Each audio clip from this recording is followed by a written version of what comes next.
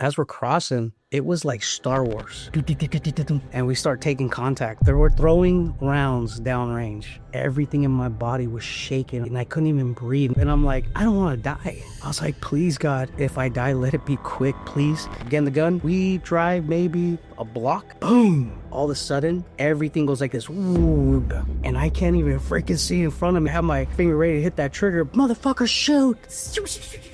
Rounds everywhere. My eyes clear up. As soon as I pulled that trigger, I felt peace.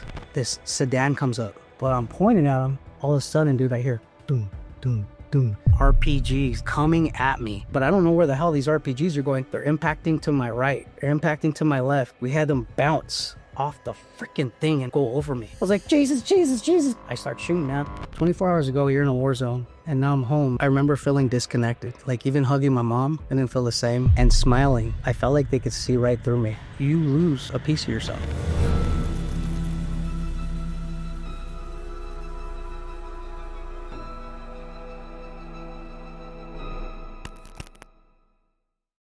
So my name is Ralph Sarabia. I served in the U.S. Marine Corps from 2002 to 2006.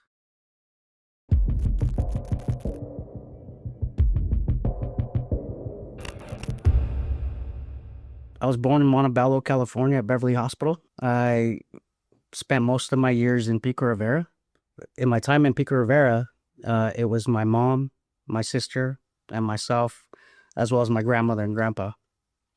So those years were interesting because my mom, single mom, dad wasn't around.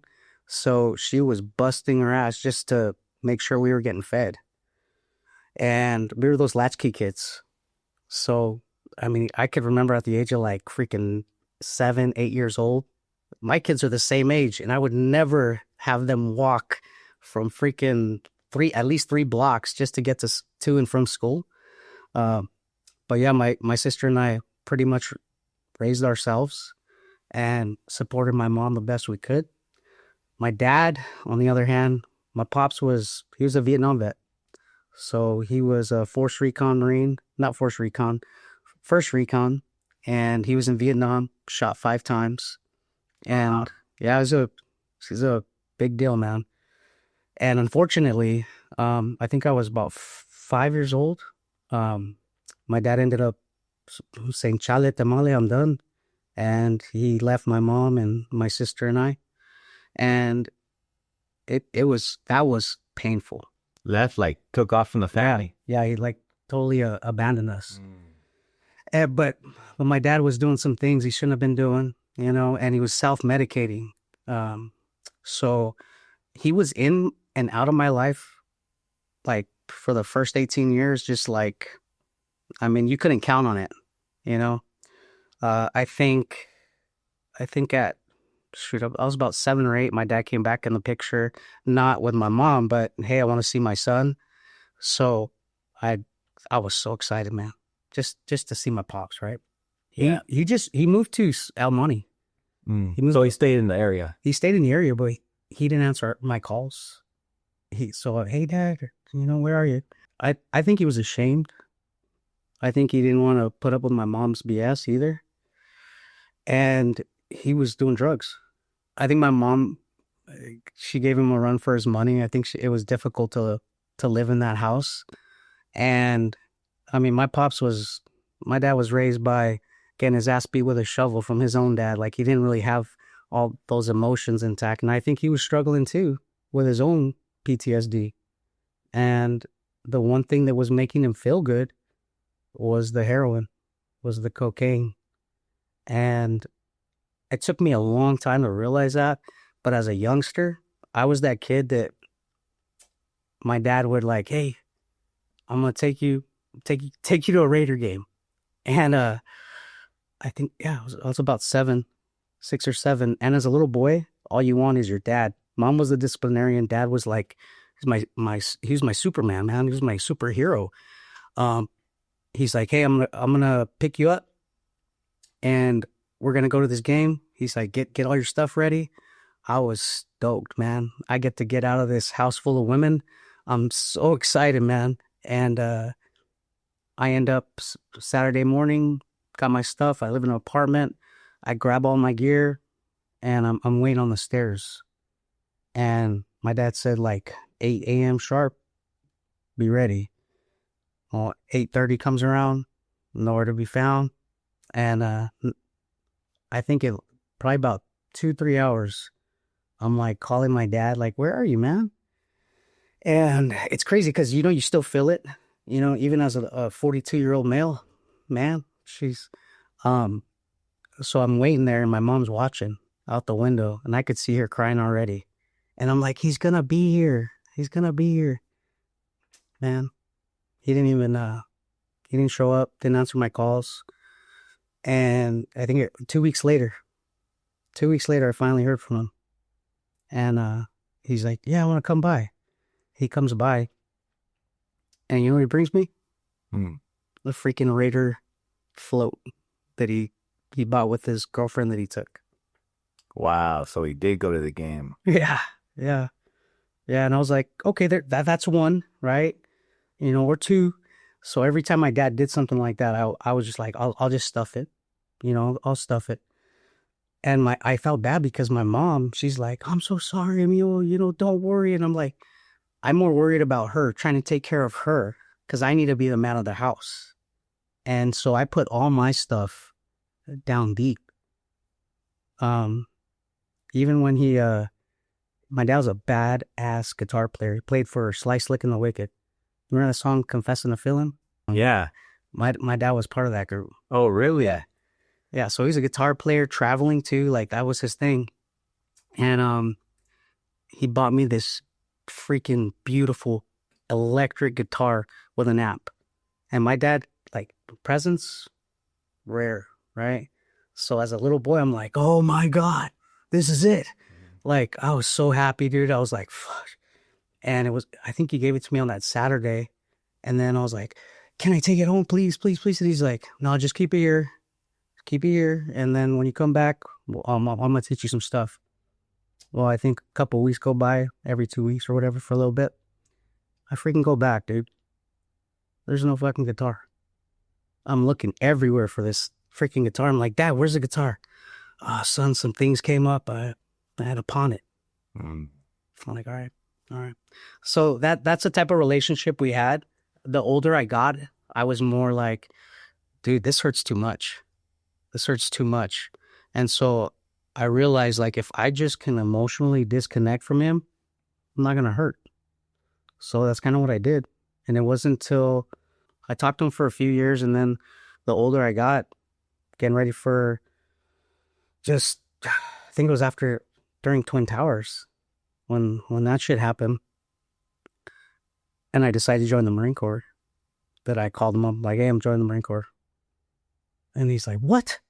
And I'm like, yeah, I'm joining the Marine Corps. And he's like, son, I told you, you don't have to join. He's like, I fought so you didn't have to. I'm like, well, I'm joining. So, but you know what though? I did pull nuggets. I did pull these nuggets, man. One of not how to be and how to raise my sons to do different. And I think it created I never want people to feel what I felt. That's why I love people, man. At a young age, though, it sucks because when you're growing up, like, you need a father figure to be like, hey, son, when you're going through this is how you do it. When you get in a fight with somebody or when you're having a conflict with another man, this is how you deal with it. I never got that. So what did I do? I attached myself to my best friend's dad, and he was a Ranger. And that man, dude, his name was Mr. Rod. First time I ever met him, I was like 9 or 10, right? And I said, hey, Frank, how you doing? he had a big old mustache, man, tall, and a stogie in his mouth. He's like, what'd you say? I said, hey, Frank. And my buddy Frank, he's like, and I'm like, and he's like, where's your dad, son? And I was like, he's not around. He's like, Frankie, go over there. I'm going to talk to him. So he's like, okay, Dad. Sits me down. He says, son, he's like, whenever you walk into another man's home, He's like, you address them by their last name, or Mr. You say, hey, Mr. Frank, and you shake his hand. You understand? And I was like, okay. And he's like, so, my name, right? Mr. Frank. And I'm like, uh-huh. And he's like, shake my hand. So I shake his hand and I do one of these, like, and he's like, oh, no, no, no, no, no. So he actually taught me to look a man in the eyes, shake his hand, and just squeeze it as hard as you can at your age, right? I'm like, okay. So ever since that moment, man, anywhere I went, how you doing, sir? Hey, good to see you, sir. Mr. Mike, Mr. John, my neighbors, I still do that. So my neighbors, my kids hear me say, hey, Mr. Chris, how you doing? So my kids, hey, Mr. Chris, respect. It's something that, man, I wish we did more of that. Yeah. It seems like that you had a recipe, your dad leaving, and then growing up in an environment that you grew up with. A lot of people in your position end up turning to gangs. How did you avoid that? I wanted it because I thought that's what it meant to be a man. But also, I didn't. And the reason why. So, you remember Pick and Save? Mm-hmm. All right. It's funny, bro. So, I go to Pick and Save. And you remember those shiny Swiss Army knives? Yeah. This Swiss Army knife was at Pick and Save. And bro, it could have been like $20-$30, right? But it was beautiful. And I'm going to keep saying 9 or 10. I could have been 13, 14. I mean, but I was like 9 or 10 on this one. I see this shiny Swiss Army knife and I'm like, this is beautiful. It's freaking beautiful. I had all the tools, man. And I said, hey, Mom, can I get this? And she's like, no, put it back. I'm like,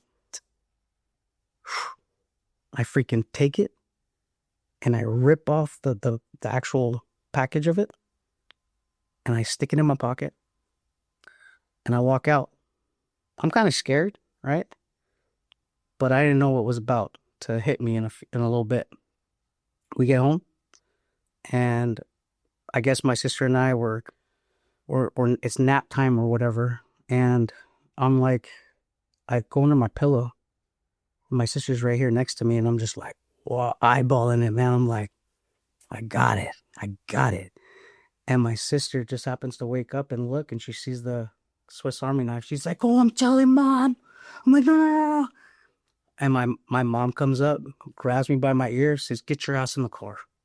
I was like, I'm sorry, right? So she's driving me, and I'm like, where are we going? And she's like, get ready. She's like, I can't believe you lost your head, son. Takes me in the Pick and Save. I talk to the manager. I'm sorry, sir. I lost my head. This is your product or whatever. And, I apologize. And he's like, you're not allowed to come back into the store. So, Roger that pretty much. And I'm like, all right, okay. So maybe it's just an ass whooping and that's it. I'll be good.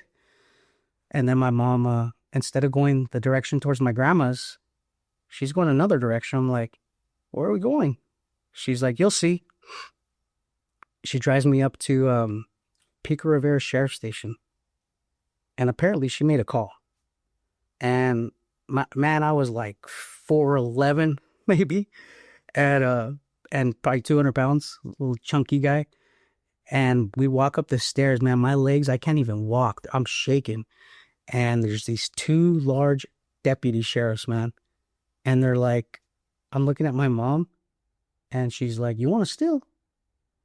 And I see them, and they're like, you want to steal? Put your hands behind your back. They literally get my hands, and they do this little squeeze. And I'm like, Mom, please, I'm crying, dude. My mom said that she was laughing and crying at the same time. She felt so bad. They freaking take me to the back of the station. They had glass cells at that time. I remember watching like certain people. I saw a woman pissing, and I'm like, what the heck? They put me in the back of the cell, and they said, we'll see how long you'll be here. You got to do your time now. Man, it traumatized the shit out of me. I never stole again. Wow. Well, that's good, man. It's good that you had a mom that cared. So what really inspired you to join the military? So I was one of those kids that like I always struggled in school. And it wasn't that I wasn't smart. It was that I was lazy. And I used to wait last minute to do my school stuff. And I was a talker. So I'd say, man, I'm going to go to college. I'm going to do this because I liked the way it sounded. But I didn't have the unction or the huevos to freaking back it up. And I said, you know what? I'm going to go to college. So I ended up going to Mount Sac. And I was there like a few months, man. And I was just messing around with girls, just having a good old time, barely showing up to classes. And when shit got serious, I was like, I wanted to do journalism out of anything. I wanted to be a news reporter. And I just, I remember I thought I failed a midterm or something. I freaked out. You know, being young, we're impulsive, right? And this girl next to me had a picture of her brother who was a Marine. And I said, okay. Because I'm always questioning, like, what am I going to be when I grow up? What am I going to do? I don't want to be a shitbag. And I saw that picture. I was like, that's what I'm going to go do. And I didn't like the Marine Corps. All I saw was a bunch of veterans at VFWs getting drunk, you know, not doing anything with their life is what I thought. And I despised it. Every time we went down to San Diego, we passed Marine Corps boot camp area right there. I'm like, oh, hell no. Hell no, I'm not going to do that. Anyhow, I literally joined that day.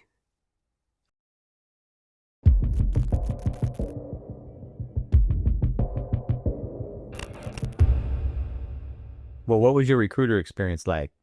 I was an easy one because I was like, my mind was made up.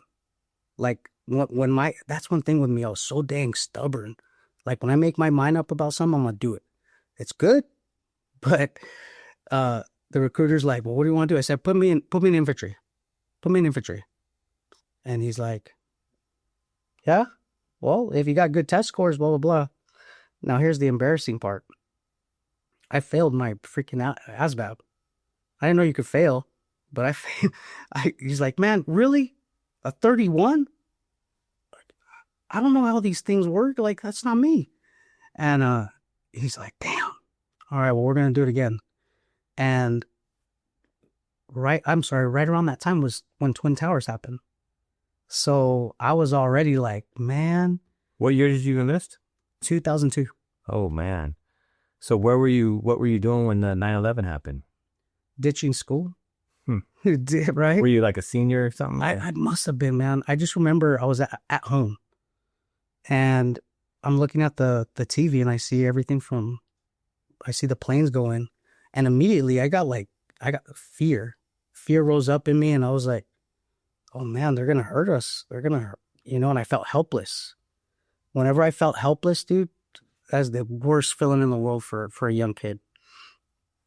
And so that's right around that time I was making my decision. I'm like, I'm screwing up in college. I was like, this is not working. I don't want to be that guy that has a one bedroom halfway house that smells like freaking Budweiser, cocaine in a mirror with a little dollar on it, and not enough money to freaking buy his son's freaking food. I used to steal from my mom's refrigerator to take to my dad's because he never had food. Anyhow, so we go to I go to the recruiter and I studied this time. And I think I got like 2 points above the passing. And that's the story of my life, by the way. So we finally get me a date. And it was like for February. And they ended up saying, hey, we have a spot January 13th, a day after my 19th birthday. And they're like, you want to go? I was like, yep. I was like, it was so exciting, bro. Telling people I'm going to be a Marine. I'm going to be a Marine. Yeah. They're like, oh man, they're going to have a party for me. I've been feeling like such a shitbag. Like everybody's celebrating because I said it.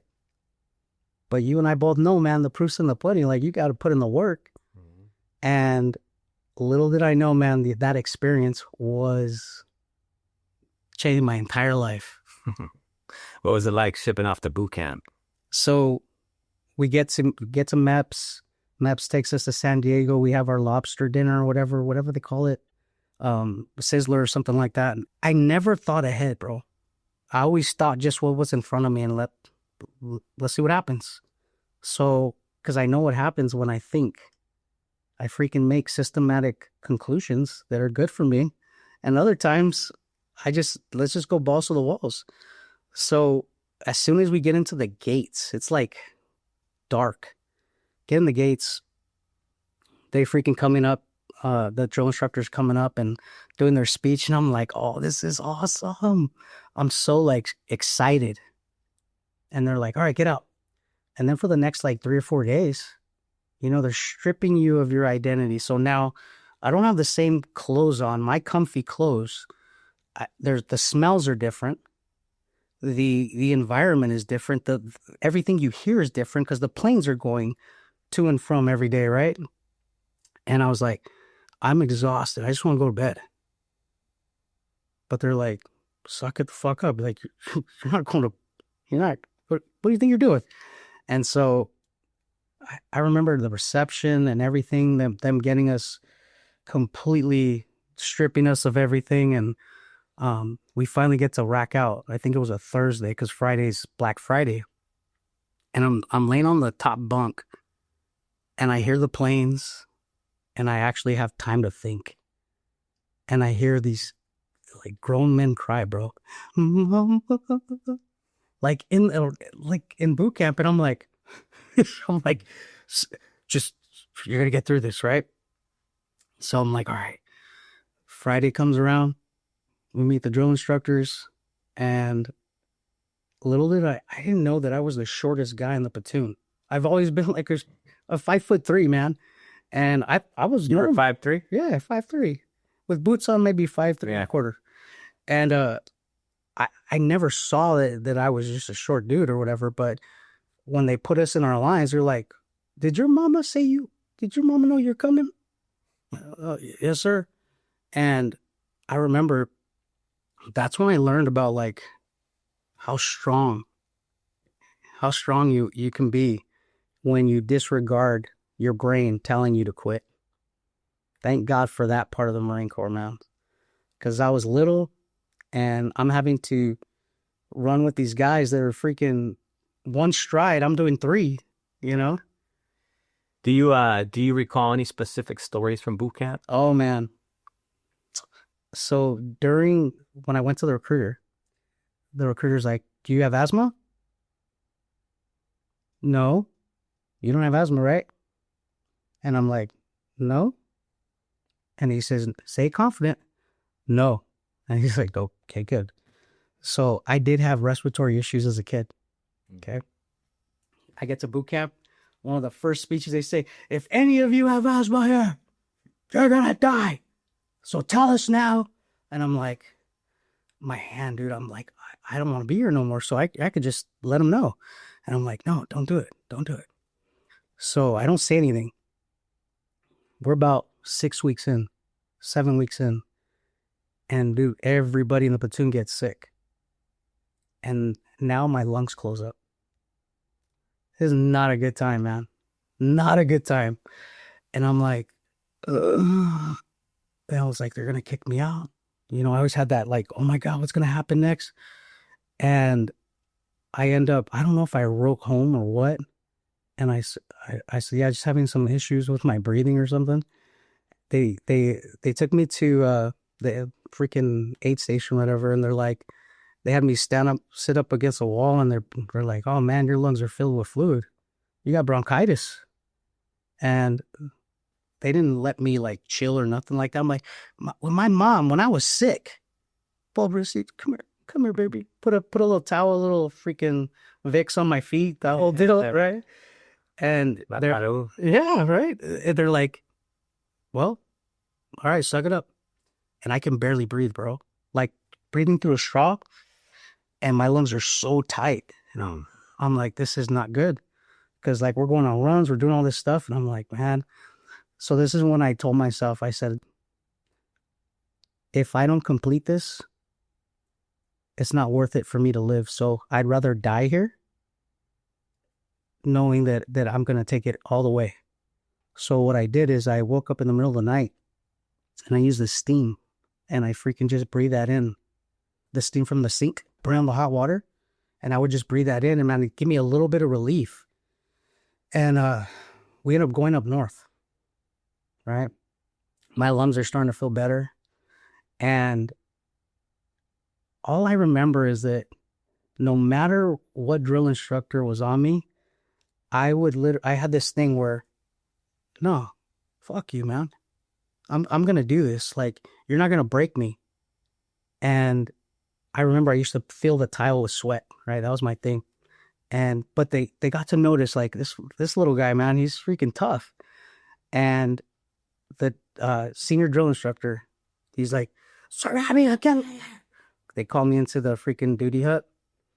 And he's like, he has a package. And he's like, so you want to lie to the Marine Corps? I'm like, no, sir. And he says, good, Sarabia, good. And I'm like, I guess senior's mad at me, right? He's supposed to be the nice one or whatever. And he's like, well, what the fuck is this?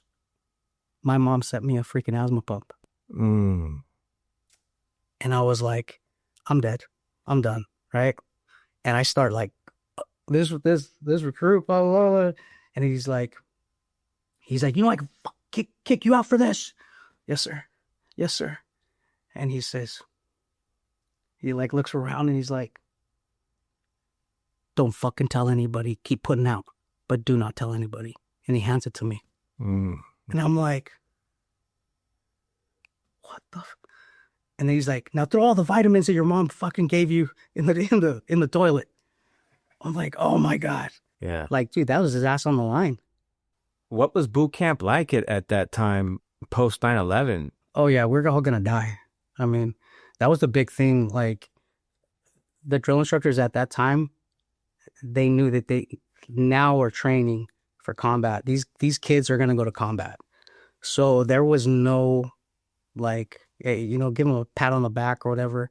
Everything was you're the weakest link. Your buddies are gonna die.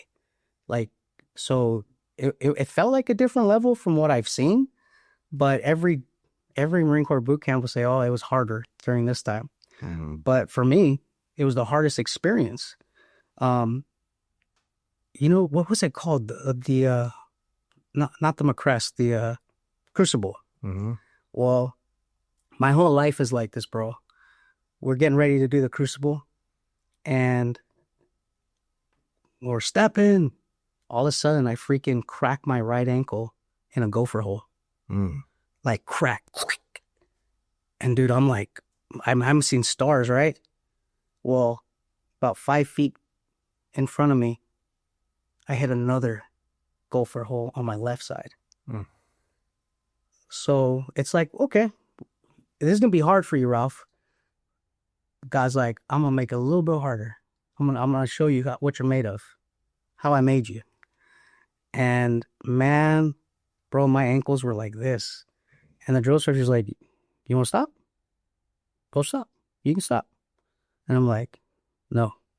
So I freaking went up, man, and took care of business. And what was graduation like, man? Did your dad show up? Your mom? So my dad showed up, and he's wearing his military hat and a cover, and he wants to meet my drill instructors. And so he didn't tell me this till later, but apparently he wrote a letter to the drill instructors. And he told the drill instructors, train my son for war, break him, and get him ready for war. And I was like, son of a gun, man. But dude, after that experience of boot camp, I felt completely different. Not that I was proud of myself or nothing like that. I don't got time for that. I'm like, I gotta go spend another like 3.5, 4 years doing this shit. I was like, I don't like to train. I don't like any of this. And yeah, man. But it was all my family was there celebrating me, but they had no idea I was petrified.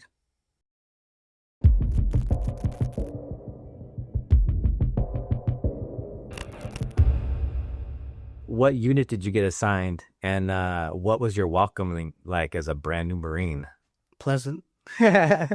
So I got assigned with Weapons Company 25. Okay. Weapons Company 25.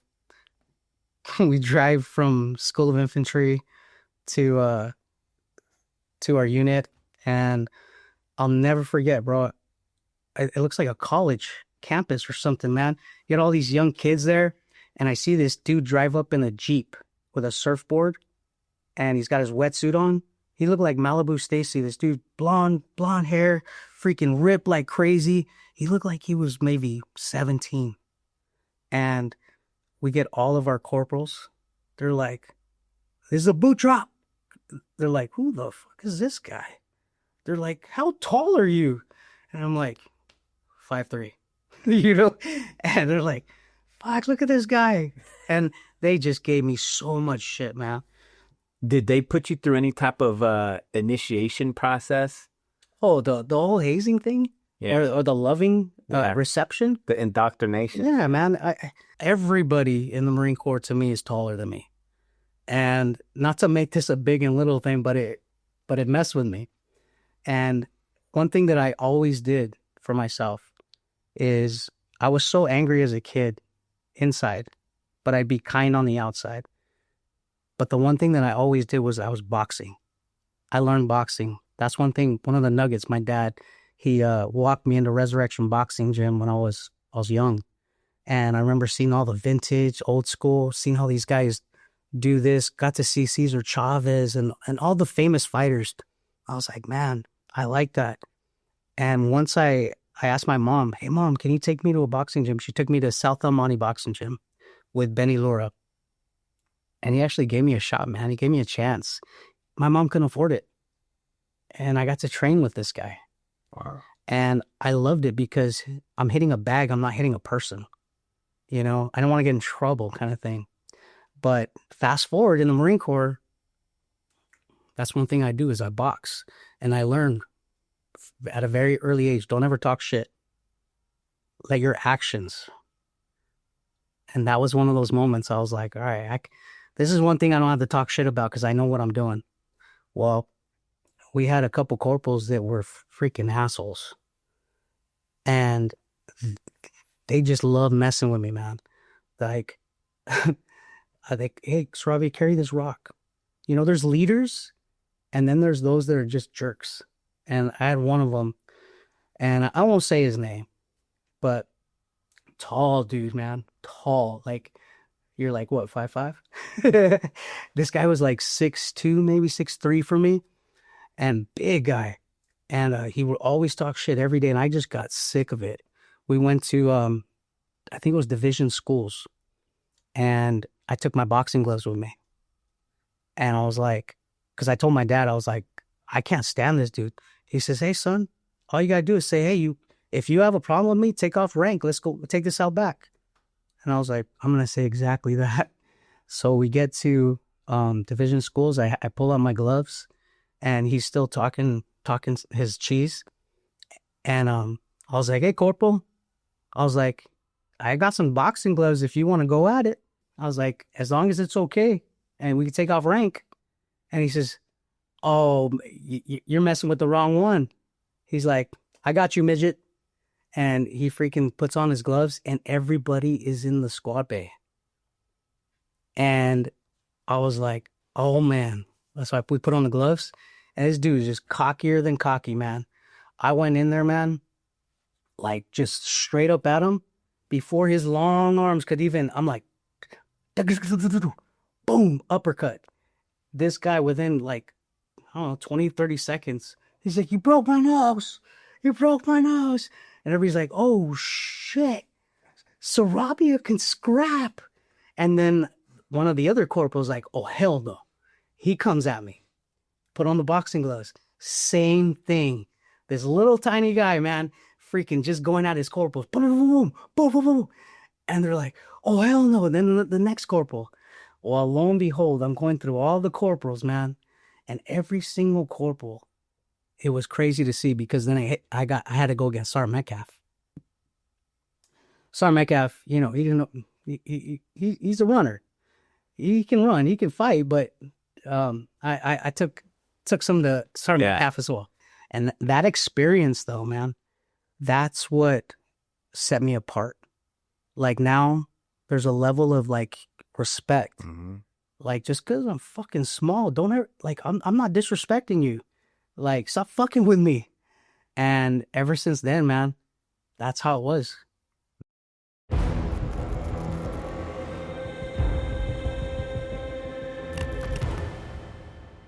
You must have got dropped in maybe during a workup when they were getting ready to work up. Where were you guys getting ready to go? We didn't know. We didn't know. They told us, I think they gave us 48 hours. They just said, we're going to go to war. Like that was the thing that I remember hearing. And they're like, hey, we just got word. You got 48 hours, or 24 hours. Go tell your family, go make the calls, whatever. It was the hardest thing for me was for my mom. You know, I'm her only son. Mm-hmm. And I'll say, hey mom, she's cutting someone's hair.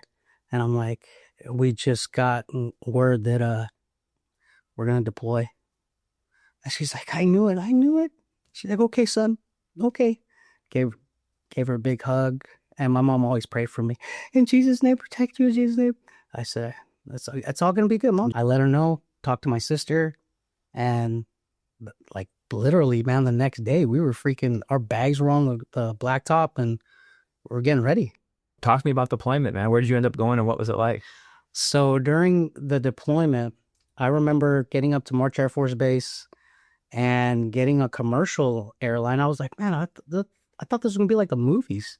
Like we're going to get a C-130, take that sucker right in. So they take us on a commercial flight. We end up stopping in Bangor, Maine to refuel, then Germany. And then the crazy thing is, bro, flying to Kuwait was my first plane ride ever. And I was excited. I was like, man, this is my first plane ride. This is freaking awesome. And then I'm like, wait a minute, maybe I'm not supposed to be excited about this, right? And then I got to see snow for the first time in Germany, which was crazy. So by the time we're flying into Kuwait, right? And they're coming over the speakers and everything, and they're like, we're about to land, blah, blah, blah. Well, we land. And I don't see much, but they open up the cabin. And I have never in my life felt that kind of heat. And all of a sudden I'm like it felt like you just put your head in the oven. And I'm like what the heck? And it was, I've been to 29 Palms, but there's nothing like that feeling, man. And everybody's just like sweating. Anytime you move, you're like sweating. And so they got us on a bus, like a dark bus with all the Haji stuff on it. And we're just driving in the middle of the desert. And I'm like, where are we going? They're like, well, we're just obey. Right. So they drive us in the middle of the desert. And we end up finding our staging point. And, Marines, man, all we're doing is bitching.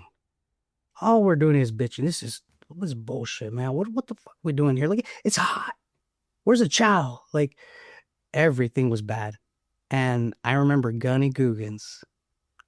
Gunny Googans was like, he looked like a 60-year-old. I swear, man. Meanest SOB on the planet, man. And it was like he got up on a Humvee in my head, right? And he's like, God damn it, gents. Quit your bitching. He's like, we're going to be here for months and months and months. And I was like, I just want to go home. Well, we end up digging our fighting holes, man. 57 days. No showers, no nothing, man. Just waiting for the word. So we end up getting all our freaking weapons, our ammo, everything. And we just start pushing. The pushes would scare the shit out of me. I don't think I've ever experienced fear like during the push. And I remember my grandmother gave me a rosary. And I put the little rosary had a little wire attached, and I put it on the bottom part of the wheel because I was driving. I was a boot. And I believe I was with Gunny Gukits. And man, I just remember it was dark. We were following some chem lights in, right? And the whole time we're getting air support to freaking just take out everything. But we crossed these berms, and these are humongous berms, man. I couldn't even tell you how tall they were. And as we're crossing, Corporal Ornalis goes, Gunny, do we go condition 1? He said, well, if they're shooting at you. And I'm like, that's what I remember. I'm like, oh my God. And all of a sudden, bro, it was like Star Wars. And we start taking contact, man. And they were throwing rounds downrange. And it's like a training mission. But at the same time, bro, like my gut, everything in my body was shaking. I was like so tight and I couldn't even breathe, man. You couldn't even, I mean, there's no air in my body, dude. And I'm just instant willing obedience. And because my body wants to stop, I'm scared. Like it was the adrenaline down. Yeah. The scariest feeling I've ever experienced in my life was now this is what, when you made that decision by looking at that picture of that Marine, now this is where you are. And I'm like, I don't like this, right? I freaking hate training. I don't like any of this crap. And I'm like, I don't want to die. I was like, please, God. I remember praying that. I'm like, please, God, if I die, let it be quick, please. But the other part about me was I could see my mom getting the knock on the door. And I'm like, fudge. Like, so as a youngster, bro, can you imagine those thoughts going through your head? If I die, I hope it doesn't hurt. And I don't want my mom to see this. Right. But I'll tell you what, man, I was holding on to that freaking rosary, man. Like, oh, jeez. And every time the rounds would hit, I'd be like, oh, fuck. And my gunny would be like, go. So, hi, gunny. Just driving, man. Yeah. So as soon as we crossed over, I remember it broke daylight, right? We took care of whatever enemy was out there. But there was a lot of just dead freaking Republican Guard, people burnt up in buses and stuff like that. And I'm like watching this, but now I'm emotionally like disconnected. Like, what is this? Like my freaking brain is like, this is a lot, right? Well, all of a sudden, we freaking see a bunch of people waving white flags. And I'm like, no way. In my head, I'm like, no way. I'm like, guys, the war's over. They're surrendering. They're like, Ralph, are you serious? No, these are the POWs, bro. I'm like, oh, stupid shit like that. And we end up, taking these guys in. As we're driving down, we took our first casualty, and it was First Sergeant Smith. Do you remember him? LAPD. No. He was at LAPD. He ended up going back to the Marine Corps. I think he was out, and they were on an Amtrak, and freaking they took an RPG to the Amtrak, and that was the first KIA I saw. Oh, he got killed? Yeah. That was the first KIA I saw, and I was like, things changed dramatically from that point. Because everything we've done was train, right? Mm-hmm. And I remember driving down the road, seeing just busted up cars, freaking holes in all these buildings, just dead people everywhere, bro. Charred bodies on the side of the road. That was, that's disgusting, man. And I don't say disgusting. This is a crazy story, bro. We're driving up. We're taking all I knew is we're gonna go through Al Nazaria. We're gonna go through all these points all the way up to Baghdad. That was the push, right? Well, we get to this one spot. It's right after Saddam's swords or something like that on this highway, and all I remember is us. We're parked in this one spot, and the LT at the time's like, "Hey," because there was a flipped over car with a body under it, and it was like we couldn't move. So it was freaking just smelled horrendous, bro. And he's like, go take care of that. Like, that's all I remember, the LT. Like, what do you mean? Like, you go take care of it, right? Yeah. And so I go and we get an ace. I say we, it's just me. Well, back in the day, they were able to pick up that freaking car. And I see this flat, like pancake body. And I was just like, oh. And I'm looking at the LT. He's like, take care of it. And I'm like, okay. So he told me to go freaking have one of the bulldozers dig a hole. And I'm like, why am I having to do this, right? So one of my buddies, we're all boots still. It's our first war. He's over there like popcorn, just. And I'm like, oh my God. And they want me to move the body. And so I was like, where are my gloves? Where are my gloves?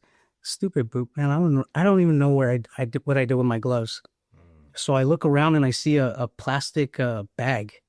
And so what I do is I get the bag and I'm like trying to, like, I don't want to touch this thing, right? I mean, dry blood, the whole thing. And it looks like it's not a kid, but these guys were smaller than me. And I'm freaking get this bag, dude. And I'm just like, I remember my face just like, because I've never touched the dead body like this before. And I'm pulling and the bag busts. And I'm like, and you hear him say, just grab it. I'm like, and I grab it. I remember under his knee, I grab it and I pull it, dude. And you just like hear all the crackling and stuff like that, man. And I'm like, I can't believe I'm doing this. And I take it into the hole. And they end up burying the body. Yeah, it's just it was on Iraq. Yeah, there's an enemy. And my buddy Corey is the one that was laughing at me. Hey, go move this fun. No, he was like hearing go freaking, go take care of it. But he's the one watching the entire time. Yeah. And I actually talk to him every now and again. Remember that time, bro? Yeah, dude. It was a trip. Jesus. Yeah. But that was like, as a 19-year-old, like I go back to that time, like, man, like the stuff that we had to see. 19, bro. Wow. Like already took contact, already freaking done burying bodies. Yeah. Like seeing our casualties. And then freaking we get to another spot and dude, all I see is a freaking torso. And I'm like looking at it. And there's a dog eating from the stomach. And I'm like, no head, no nothing. It's burnt. And I'm just like, is this really happening? That's crazy, bro. Yeah. And we're a bunch of kids, man. We're all like, that's disgusting. Look at that. Oh my gosh. Little do they know that shit's going to traumatize us later. Right. You know? Man. I remember us taking contact probably a handful of times. Mm-hmm. I think I shot my weapon once. Literally. We got, somebody they put up like a roadblock and we got ambushed from both sides. And I freaking, like that was it, right? But we ended up going to El Samoa and we stayed there for like 4 or 5 months. Oh, wow. But it was interesting because even as the drive up, man, we're parking these spots, and this will be a good one to note, bro, is I'm in the gun and I'm looking through night vision. And I'm looking through the night vision. It's like 02 in the morning. All the Marines are still asleep. And there's no one supposed to be in front of us, right? And Sergeant Metcalf's like, you fucking call anything out, man. And I'm like, Roger. So I'm looking for the heat signature. And all of a sudden, bro, I see this red body coming forward. And I'm like, as a boot, I hate talking on the radio because they're going to give me shit, right?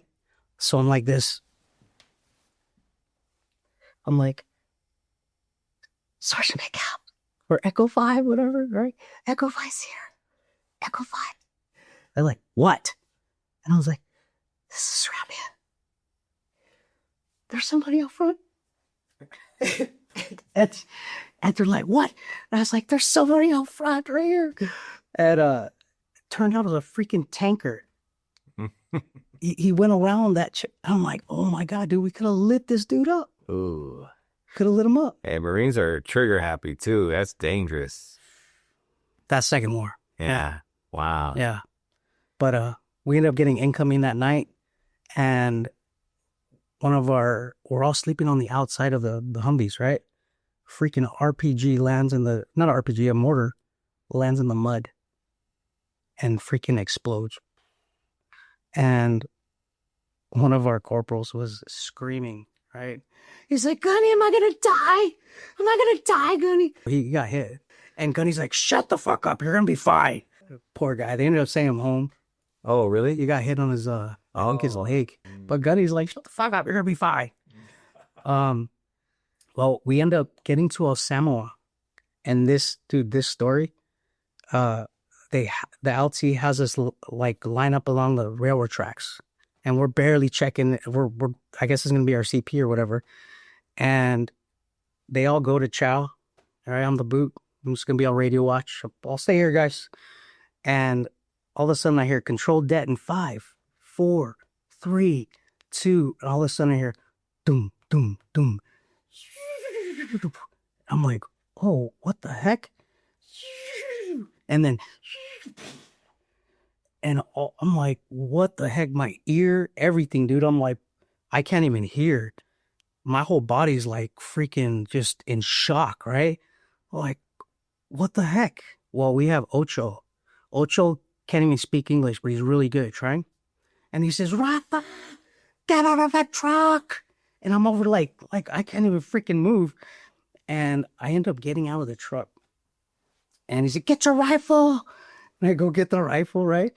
And we what we see is, we take cover, go back, an incoming mortar encasement tube from our army was letting off a cache, and that tube flew all the way across the damn field, blew out the right side door.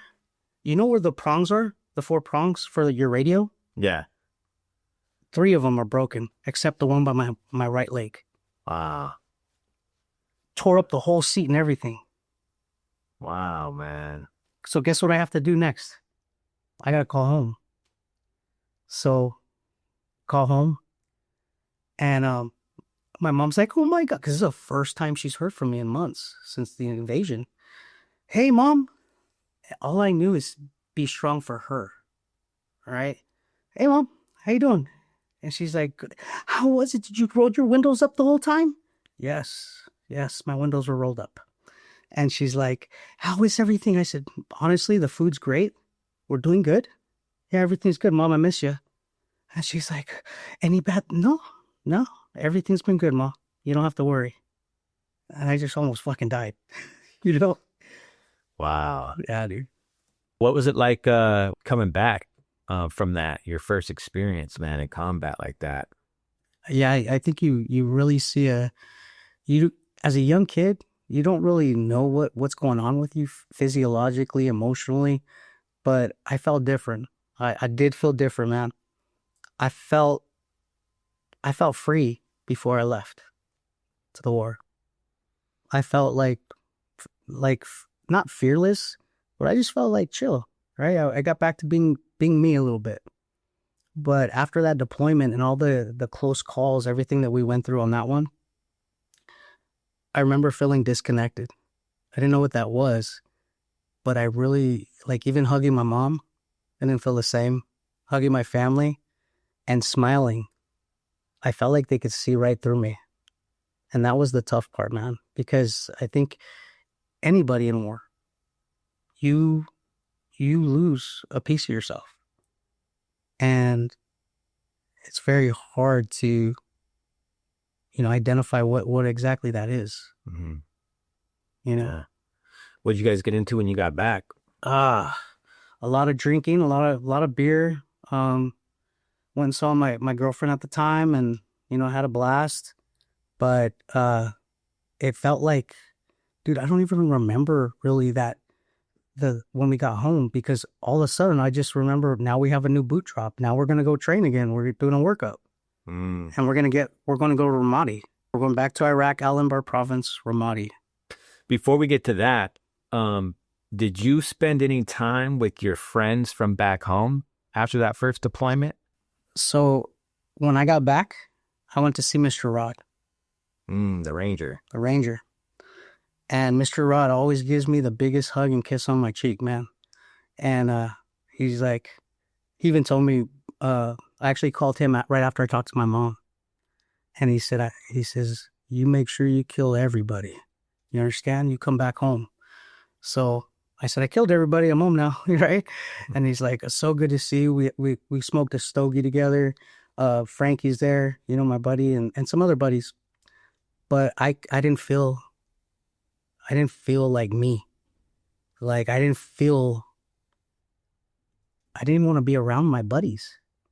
I just wanted to, I needed to be somewhere secluded, isolate myself, because I'm like, what the fuck just happened? Like 24 hours ago, right? 24 hours ago, you're in a war zone. And now I'm home and nothing's changed. Were they asking you about your experience? They did. And I think at the time, I knew they were going to ask me, right? So I gave them very vague answers. I didn't go into detail because I just lived it, man. I'm good. Like, I don't want to talk about that stuff. But, everybody's celebrating, like, we're so happy you're home. But my mind goes, well, I'm going to go again. So, I don't have the time to be joyful. And that's something I carried with me to this day. What it is the male brain doesn't stop developing till you're 25. How many of us go to war? And what is that age? So everything that we experience before we're 25, pretty much is stuck in there. And think of abusive relationships. They don't go back because things change. They go back because it's what's familiar. Right? Yeah. And the thing with us vets is that how do you survive in combat? You get fucking angry. Because if you were to get scared, you were to get fearful, you're paralyzed. Right? Well, think of a 22-year-old kid. Fuck this, let's go. Let's go get these motherfuckers, right? That's a survival mentality that kept us alive. Now we're home. We're with our family, our spouse. Our body is just discombobulated inside, right? But if we are in a compromising position, if the bills are freaking just piling up and all these things are happening, what ends up happening is we just go straight from, they call it 0 to 100. Well, it's survival. We're going in a survival mentality. And it's not that we don't care about our significant others. It's that this is how we survived as kids. And that's here. Mm-hmm. Right? It's concrete. It's in there. And a lot of guys they shame themselves. What they'll do is they'll say, you know what, I pissed off my family again. Now I'm going to go isolate. Because if I don't want to piss them off, I love them too much, but I don't know how to fix this. Combat guys, it's a rare, I call it like a gift, because I've done a lot of research on this, and you can correct me if I'm wrong, but the numbers I came up with is there's less than 0.765% out of 330 million people, just from Iraq and Afghanistan, the combat vets, that have actually experienced combat. And what I've done is I wrote a blog on the modern day Spartan. We expect when we get out of the military that we're like everybody else, but little do you know that you're less than 0.765% of the population that has been running and gunning. And you will never be like anybody else because God didn't make you like everybody else. You're different. And we're trying to put ourselves in these spots. And it's like, they're like, I can't ever rest. And the way I share it, being a Christian guy, is like, God put you as a watchman on the wall. You'll never rest. And I try to normalize it, because if not, I'm going to feel freaking crazy. I believe that it has a lot to do with, we're definitely a different breed, first of all. Like, there's not many people like us in the way we think.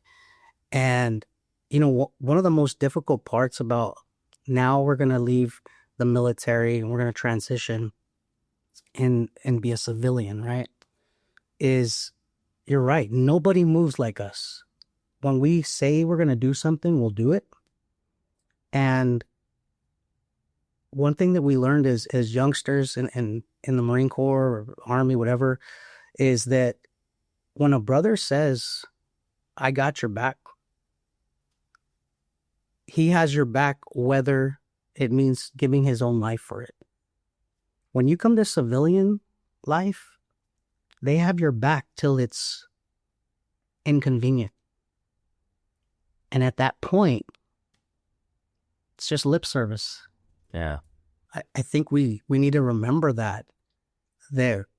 When you have another brother that's in need, it's okay to not do what the civilian population does. It's okay to go the extra mile, because you were never meant to be like that. And not saying that it's bad, but you're built different. Talk to me about Ramadi, man. So we finally do the workup, and now I got my own boots. All right. We do the workup. I was with Whiskey 2 at the time, and we're training, and all of a sudden we hear that as we're about to go to Ramadi, 2-4 got lit up real bad. They lost 42 guys in the same place we're going to be. Early 2004, they got hit really bad. And so we knew we were going to go to our Ramadi. Whiskey Company is going to go to Hurricane Point. And Fox Golf, they're going to be out towards Snake Pit, all these different spots. I can't remember all the names, man. But so we did left seat, right seat. For those that don't understand what that is, it means you're relieving another company or battalion. Exactly. Yeah. So we're doing left seat, right seat, and our unit is taking over for the old unit.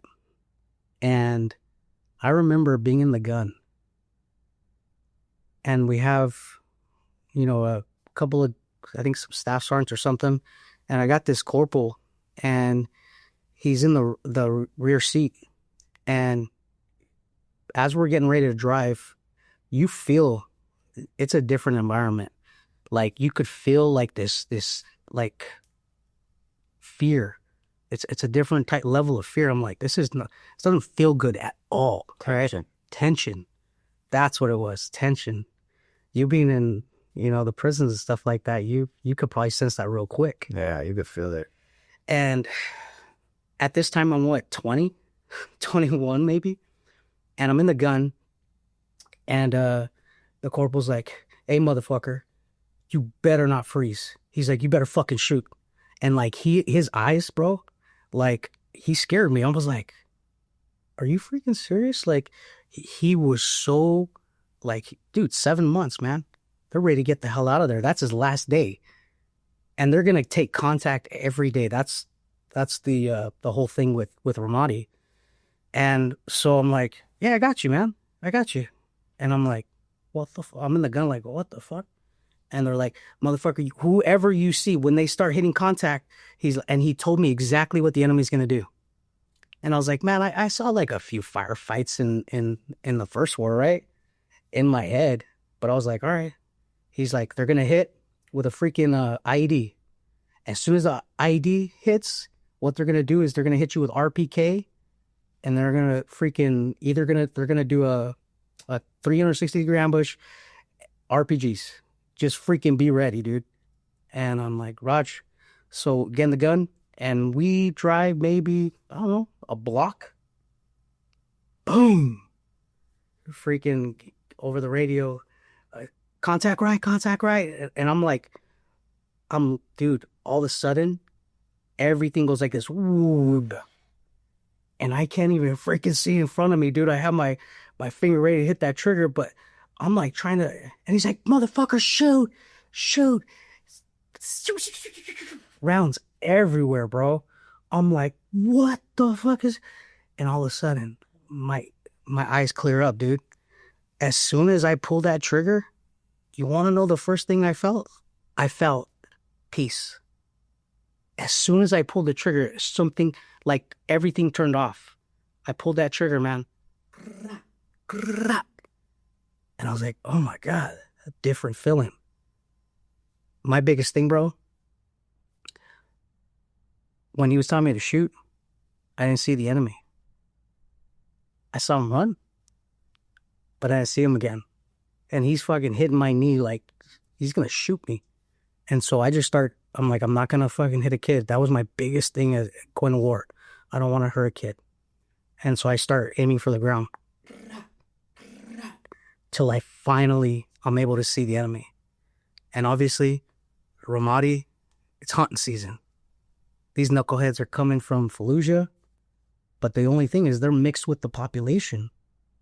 So that's the whole thing with Fallujah is that, I mean, my brothers that went to Fallujah, man, they kicked ass, took names, man. They freaking saw way more than anybody at that time. But when that happened, every one of those swinging dicks came by and they mixed in with the population. And so I'm there at Whiskey 2, Hurricane Point, and they switched me over to Whiskey 3.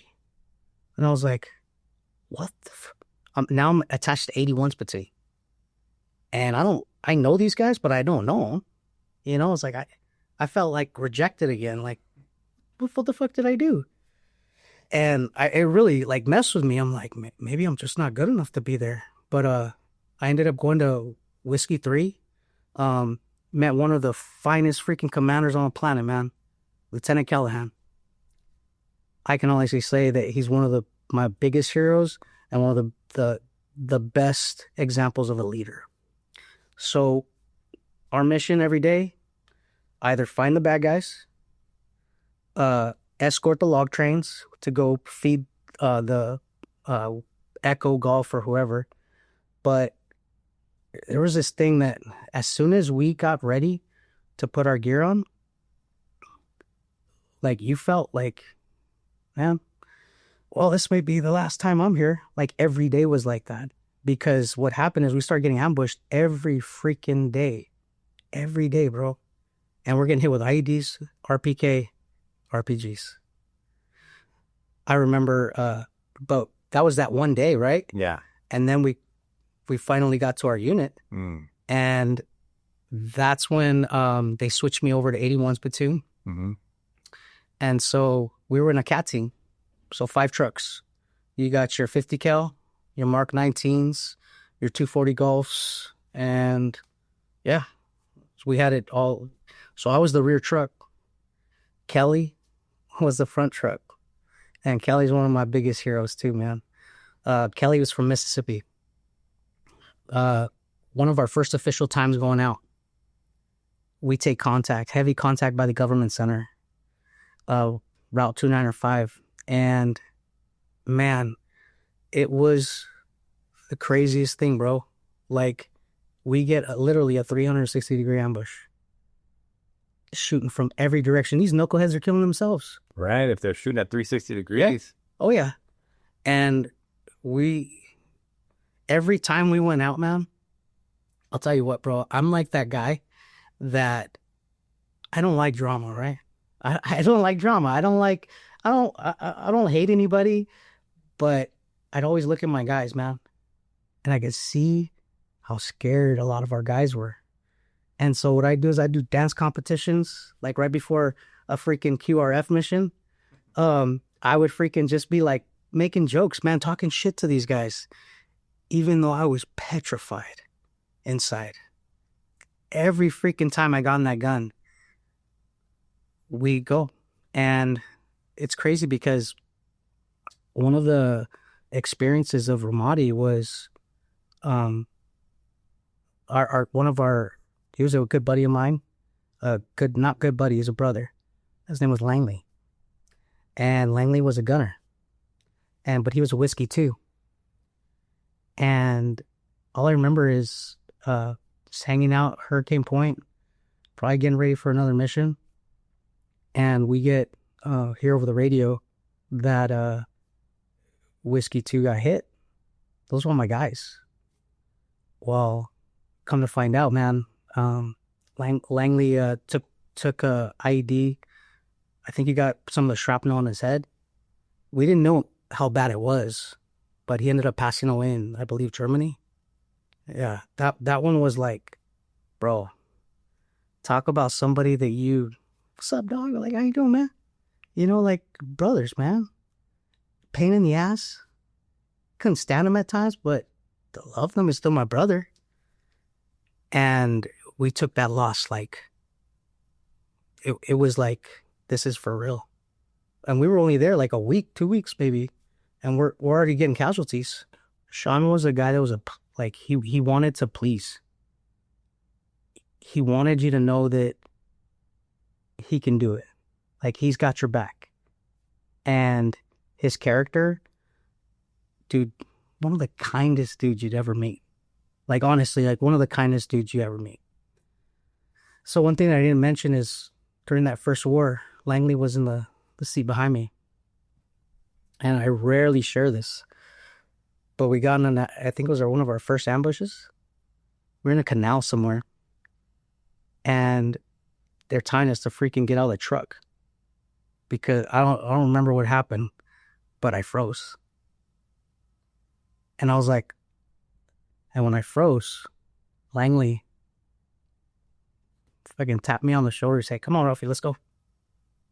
And like, oh shit. And yeah, I actually got his... Snapped you out of it, huh? He snapped me out of it. I got his tattoo. Oh, wow. Put his name on my...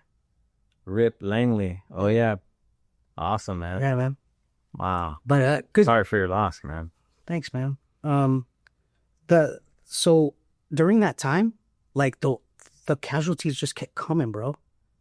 Like, catastrophic IED freaking kills Captain Rapp, 4 other guys. Like, we're getting guys getting hit, shot. It felt like we were having funerals every freaking day. Like, it was crazy. We had reporters, 60 Minutes. If you go on 60 Minutes, look up 2-5 Weapons Company. That's my platoon. And obviously our company, showing how freaking crazy it was. So we rarely had time to do stuff like this, but what we do is, we put everybody in formation. They'd have their cross with their boots, their dog tags, their Kevlar. Yeah, and basically they do like a roll call. And I think that is one of the most excruciatingly painful things I've ever experienced in my life. And what they'll do is they'll say, Corporal Johnson, Corporal Marquez, and then they'll go, Lance Corporal Langley, Lance Corporal Sean Langley, and then they'll say Lance Corporal Sean Langley killed in action on this day. And even as a war dog, our guys, man, we cry, man. These are the guys we got drunk with. You're sharing more stories. They know more about you and your family. They know more about your everything than anybody on the planet. So just to help people better understand that is, while they're calling out everybody else's name, people are saying present or right repeating their name. But then when you get to, in this case, Langley, who's been KIA, it's just complete silence. Complete silence. That's the painful part. You're absolutely right, man. It was definitely a growing experience, bro. Because you never know what you're made of until you're put in that position. And I'll be honest with you, I've never felt good enough. Obviously, from being a kid, like if my own father walked out on me, what does that mean? What did I do so wrong? Like, I'm that guy. So I always wanted to please. Like, how can I help you? Because it doesn't matter about me. That's why the Marine Corps was good for me, because it's serving others before yourself. And doing that, our guys we were taxed, man. One of my best friends to this day is Kelly. I don't even know what his freaking first name is. It's Sean Kelly from Mississippi. And Sean Kelly's like this short, stocky dude. And this guy, him and I, we just got along, man. And he was a guy that was a little bit older than me, but always fucking around with each other. And he's like, we both got in this ambush, right? He was the front truck, I was the rear truck. We got in this ambush, and he freaking he took contact from everywhere, and the shield had little cigarette ashes peppered across the whole shield. And I always look up to him because like, he's brave. I could be brave, right? And he comes running on the back of as soon as we get to base, he runs to the back of my truck, and like, he hands me a freaking letter from his mom and starts dry heaving. And I'm like, bro, what's up? Are you okay? He's like, this is in case I don't make it, Ralphie. And I'm like, bro, stop it. I got you. Come on. I was like, I'm a better shot than you. Just fuck with him. And he's like, no, man, that's something different. I was like, okay. I said, we just talk shit like to keep each other good, right? And we got in so many freaking ambushes, bro. We got they called it round robin. I got somebody shooting from a mosque, right? And our thing was not to shoot the mosque. Well, that's where I saw the first freaking thing. So Callie and I are like, because we're the first trip, last trip, right? And we're shooting talking guns. My gun goes down.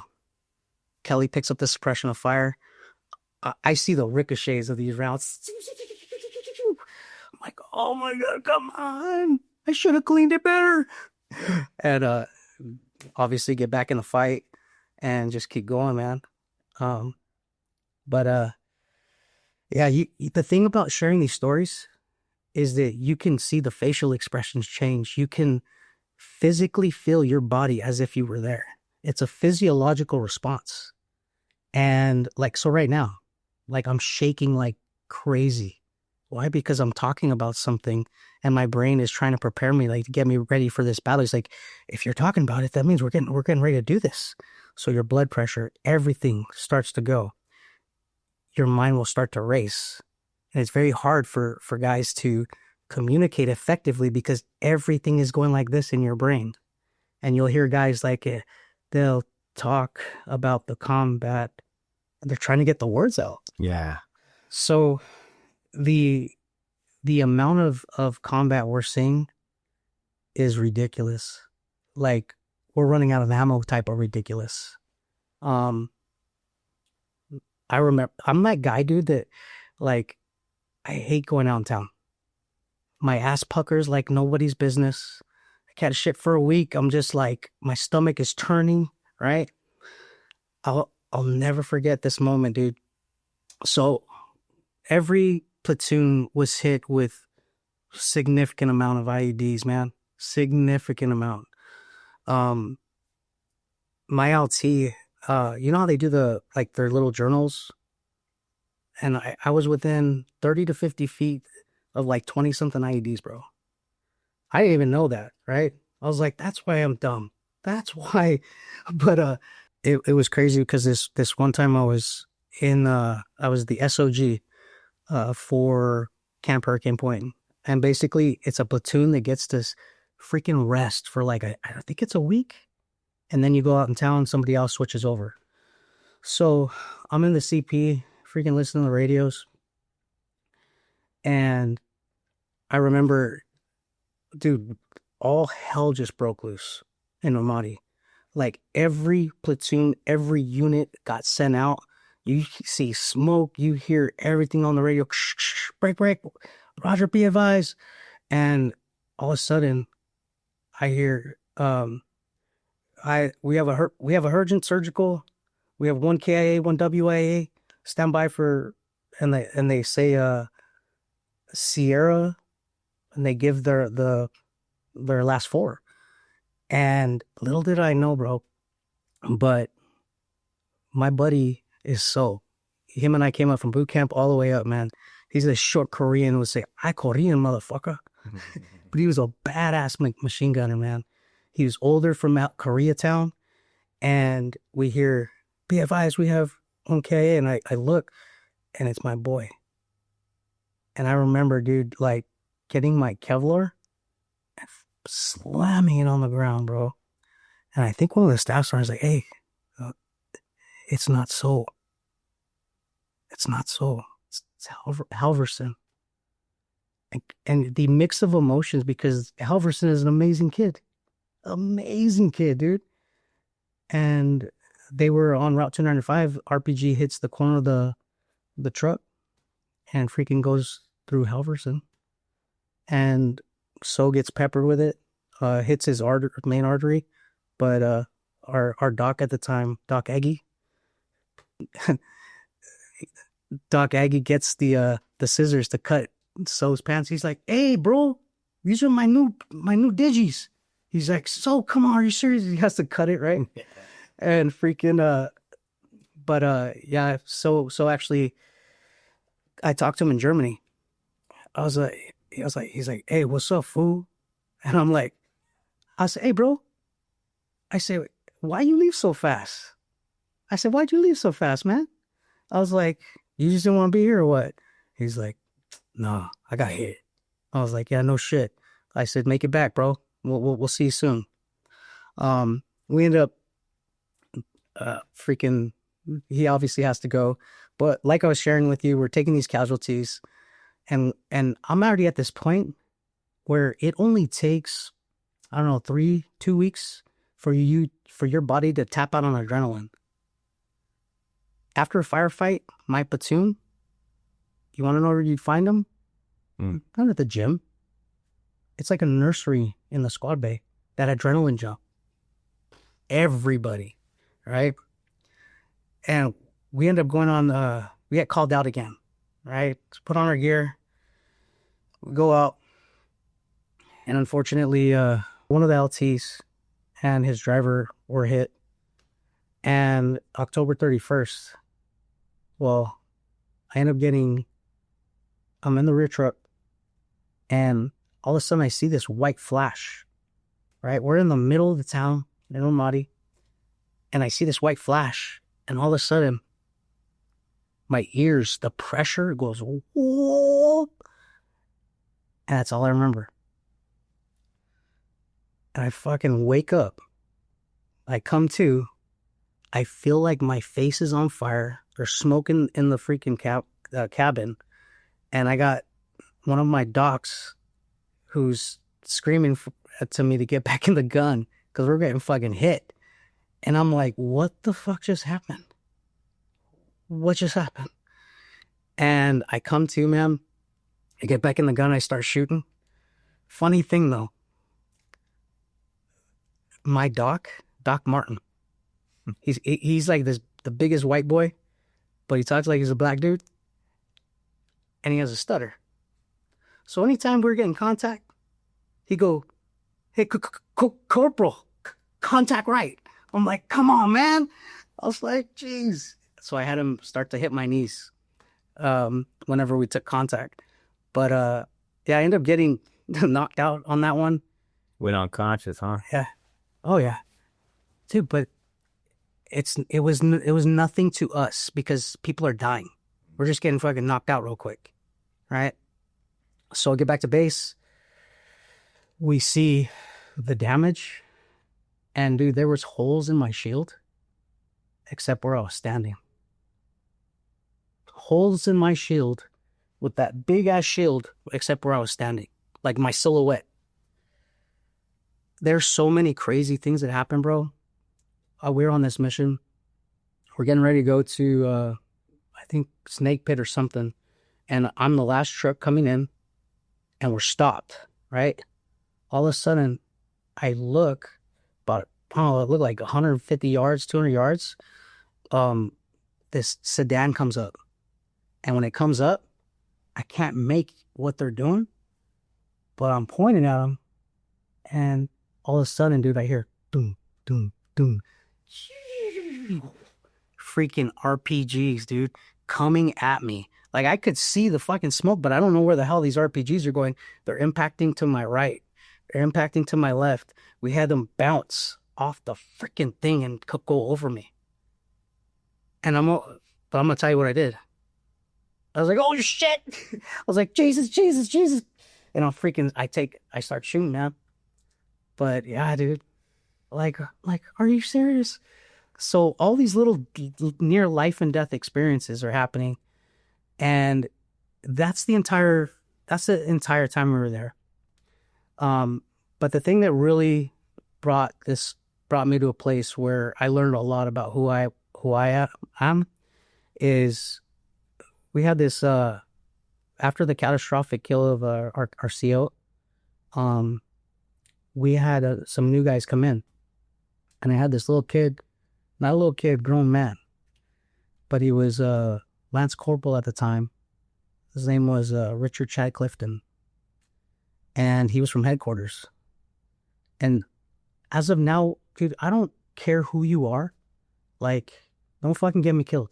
Don't get any of us killed, right? And they want to be your friend. They want to, hey, Corporal, how you doing? Good to see you. You know, stuff like that. I'm like, Poe, get away from me, right?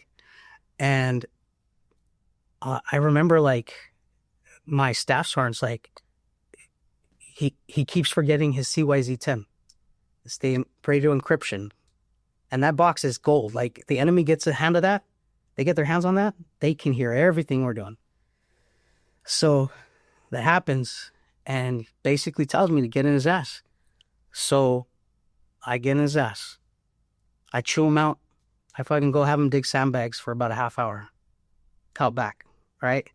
And this was like the third time. And I'm trying to like, hey, keep that shit on you. Tie it to you, whatever. And Roger that, Corporal. And he felt so bad now. Like, I'm sorry, you know, like. And all of a sudden, he comes back in. I'm like, what? And he's like, hey, Corporal, I need to zero in 81's radios. And so at Camp Hurricane Point, right up front, there's like this big old thing of sand, and then the wall and the river to the left. And we're always taking incoming right there. Always, bro. And I don't know why they wanted to set up 81's guns right there. So he ends up, I said, go. So he goes, and I'm feeling like pretty bad.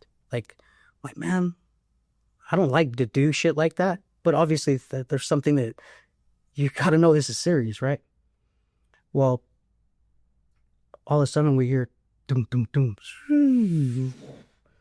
boom, and the worst sound you can ever hear is coming up. And I run out, and the first person that comes to me is Barnt. Barnt's got shrapnel on his chest, and he's pale as hell. Ren's got shrapnel in his head. Both of them are like just dazed. And I'm like, hey, come on. And I remember like walking them to the wall, like the backside of this wall, because there's hooches, and it was the third or fourth hooch. But I see the smoke, and I go around, and as soon as I go around, I see his body completely, and just it wasn't together. And I saw this, and I was like, who the fuck is that? Like, it's Clifton. And I was like, that's all right. I couldn't feel. And I started beating myself up, like, why are you not feeling right now?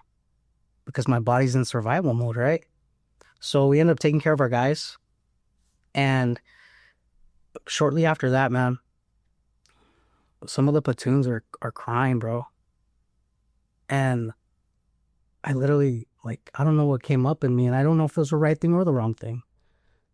But I freaking, hey, Jets, this is fucking war. And I was angry. I was like, we'll deal with this later. We still got a fucking job to do. I was like, what am I doing? Right? Well, carry on, man. That war just tore me up.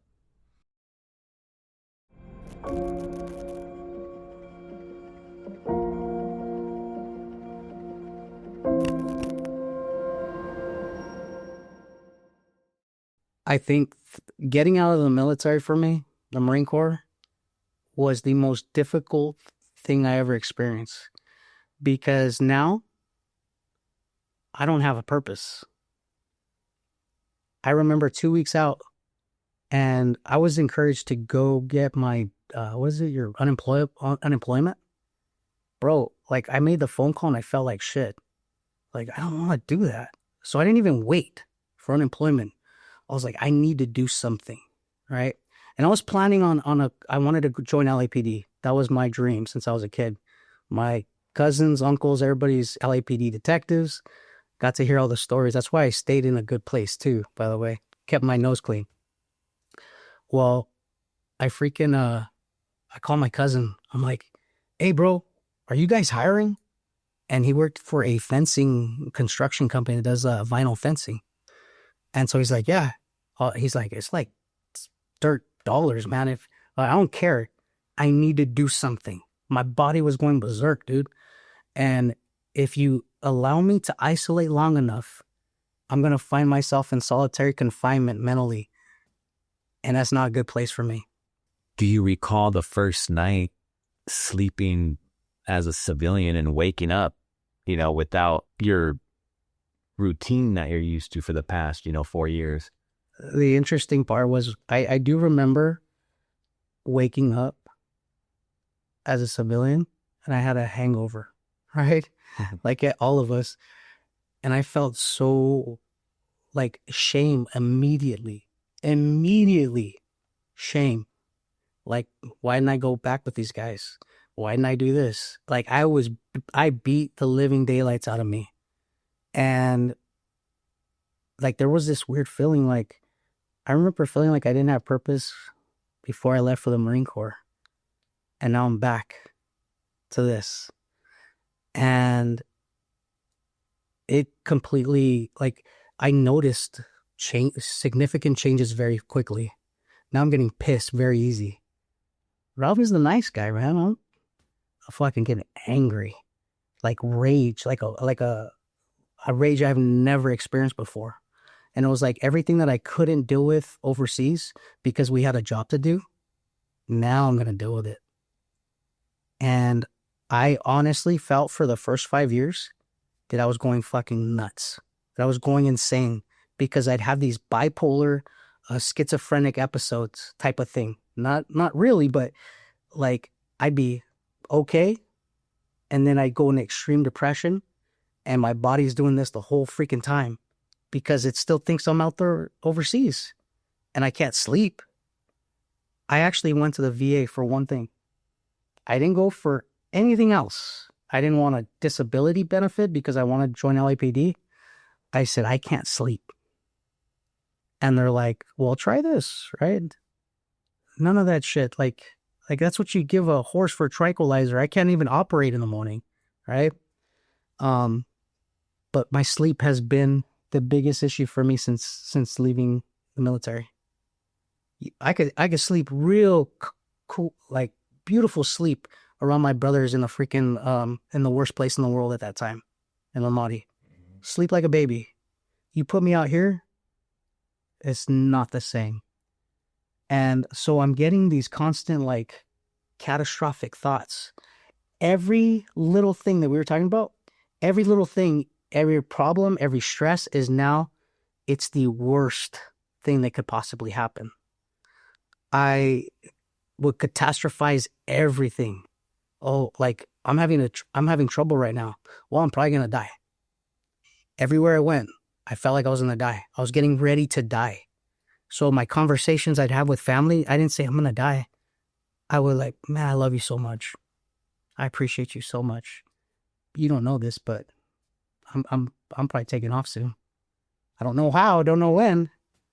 And that's how that's like the first freaking maybe 6, 7 weeks, started having these bouts of crying out of nowhere. And I'm like, what is going on? What is going on? So I end up, I'm like, man, I need to get focused on something. So I started working for Gavin DeBecker. Remember? Gavin DeBecker and Associates. And first client I had was Larry Ellison, the CEO of Oracle. Then I moved on for like the next few years, man, with different celebrities and stuff like that. I bet you as soon as I walked up, they're like, your profile said you're 6'2". What? And yeah, man. Crazy thing is, that's when I met my wife. Is during one of the most difficult times for me. She was a godsend. Godsend, bro. Because I didn't share this, but as soon as I was in a relationship for 5 years. A week after I got back from Ramadi, I went up to the girl that I thought I was gonna marry, and I said, I'm done. I'm done. And I took a drive to Santa Barbara by myself. And I'm like, I feel nothing. I thought I was going to feel something. I felt nothing. My body was completely gone. She stuck with me through my whole enlistment. And I said, I'm done. They don't understand that, but Why did you feel like you were done with her?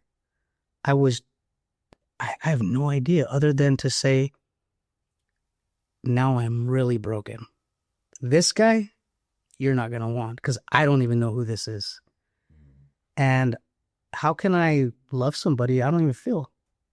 I don't feel. The only thing I feel is when I get drunk. And those feelings aren't good feelings. So I ended up taking off and, did all those things and coming back to meeting my wife. So I met my wife while I decided, I said, you know what? I did the bodyguard stuff. And I said, that fencing company that my buddy worked for, dude was making hand over fist money. I was like, I'm going to start my own. So I ended up starting a business. It was the perfect time of the year. It's 2008. In the construction field, that's when we had the worst residential fallout or whatever. Mm-hmm. And Market crash. Yeah, dude. Within a year, the business is gone. And I'm like, there, you're a failure again. You're a failure again. And my wife, I was like, maybe, you know what? I need to go to LAPD. That's it. I'm done. I got to go do this. And I would always think, I'm not going to pass the test. I'm not going to pass the test. Just the written exam. Because we all know I don't like tests. And so I go to LAPD. I take the exam. And I pass with flying colors, bro. I'm like, no way, God, this is it. This is it. Okay. I do the oral interview. Best score, man. High score. Then I go to do my lie detector test. And the polygraph examiner asked me one question. You ever stole anything? I said, well, let me tell you what happened. And I share about my mom's story. And he's like, you got a good mom, man. Passed. So background's passed.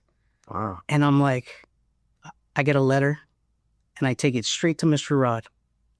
Mr. Rod, check this out. I was like, conditional job offer for LAPD. I'm like, this is all I ever wanted. This is why I worked this hard. And my last thing was conditional on medical. Great shape. Freaking go in there and they do an Ishihara eye exam. I had no idea, but I couldn't see the shapes in the Ishihara exam for the eyes. And the lady doesn't tell me anything. She says, you see this? You see this? No. I passed everything, but I get a letter in the mail. It says, unfortunately, you are disqualified because you can't see color vision or you're colorblind. And good luck on your endeavors. I was like, what? That on my identity went straight to I'm going to be like my father. So I end up appealing it. I go get another eye exam. Um, I send it in, and they're like, sorry, there's nothing we could do. I'm like, no, I'm not. I didn't come this far. I didn't survive all this stuff. I didn't deal with all this BS to have you say no. So I was able to get a meeting with one of the chiefs. And cool thing was Mr. Rodriguez bought me my suit. He's like, go down there, tell him. I go down there and I say, sir, I was a sergeant in the infantry. I said, our unit lost 16 guys, man. I was like, if my own country, if I could serve my country and they could trust me overseas, why can't you trust me in the city? And you know what this asshole did? He gave me his coin and he says, hey kid, it's not me, it's politics. Good luck. And so that's when I'm driving down the freeway, I freaking chuck that coin. And bro, from then on, that point, that's when I was like, there's no one's here to help me. No one's fucking here to help me. And it wasn't until I read this book. It's called Sun Stand Still by Stephen Furtick. And these words on this book, man, it was like it highlighted to me. I didn't understand how even other departments that I tried out for, everything went and froze, right? Everything was a freeze. But this little quote said, sometimes your dreams have to die so God's dream can come alive. Sometimes your dream has to die so God's dream can come alive. I didn't know what that meant. But when I met my wife, she didn't feel sorry for me. She wasn't impressed at my military. Not that she wasn't impressed, but she didn't allow me to have these pity parties. And I hated it, but I appreciated it. Well, my wife had a baby at I think I met him at 3 months old. And literally I've raised him since he was a baby. He's now 17. But we end up having a daughter. We're getting ready to have a daughter. And I'm still not in work, but I'm at school. And she's like, hey, I know you're in school, but we're going to need some extra money. And I said, okay. I freaking go and apply for all these jobs and not getting hired. And I end up finding a job 211. It paid dirt money, right? And I was like, hey, I've got to do this to provide for my family. Even though I've never seen what this looks like from a male's perspective. And we're like, my dad, when things got rough, he'd just leave. I'm like, I got to do this. I got to do this right. Well, I go for a 211 and I'm wearing this suit and I'm kicking and screaming, man. I'm so pissed because I don't want to do this type of job. It's like a call center rep. And my wife is fixing up my tie and I get a phone call. I'm like, hello? He's like, it's a guy from with Israeli accent that I used to work with. Is this Ralph? I'm like, yes. He's like, Gary. He's like, you still looking for work? I was like, yes. He's like, okay, come down to Calabasas. Now, are you dressed? And I said, yes. So I ended up calling the 211. Hey, gotta go. Drive down to Calabasas. And I go through the gates. And I drive up to this freaking humongous mansion. And I walk up. I meet some of the executive protection guys. And they said, come on, hey, introduce your client. And lo and behold, this freaking guy comes running down the stairs and it's Justin Bieber. Oh, shit. I'm like, no way. No way. And this guy freaking ends up escorting me with a squirt gun. This is when he was young, right? Oh, my new suit. I was like, oh, great introduction. No, but great experience, man. Wow. Yeah. So I'm doing that. And within a year, we all end up getting fired. So I went from having a purpose again, like feeling proud of myself, right? Now the next day I'm at a parking lot with a badge as security guard. And I'm like, God, what are you doing? Like, I was a sergeant, I was this, and I kept getting back, like humbled almost. And I remember crying, man, at the parking lot, like, this is not what I'm fighting for. I'm trying to keep my right mind. And one thing that my dad told me when I got out of the Marine Corps, and it was the most precious advice. He says, son, he said, did the Marine Corps pay you? And I said, yes. He's like, did they put a roof over your head? I said, yes. Gave you clothes? Yes. Okay. When you get out of the Marine Corps, don't ever have an entitlement freaking attitude. He said, nobody owes you a fucking thing. And you remember that. You work for everything. And when he said that, I was like, and I pulled on that. So these highs and lows, man, I'm like, oh my God, it's horrible. And every time I'd get drunk, man, I'd be having my pity parties. I mean, suicidal thoughts, things like that were coming into play. And I was like, I'm never going to be anything important.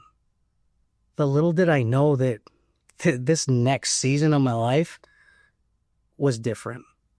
Because then I'm like, all right, God, I'm going to have to trust in you more than I trust in myself, and stop talking and start doing. And the only problem is that I came back and found out I had a traumatic brain injury. So just like when I freaking ankles cracked right before I went on the Crucible, here's another thing where I can't even go to school.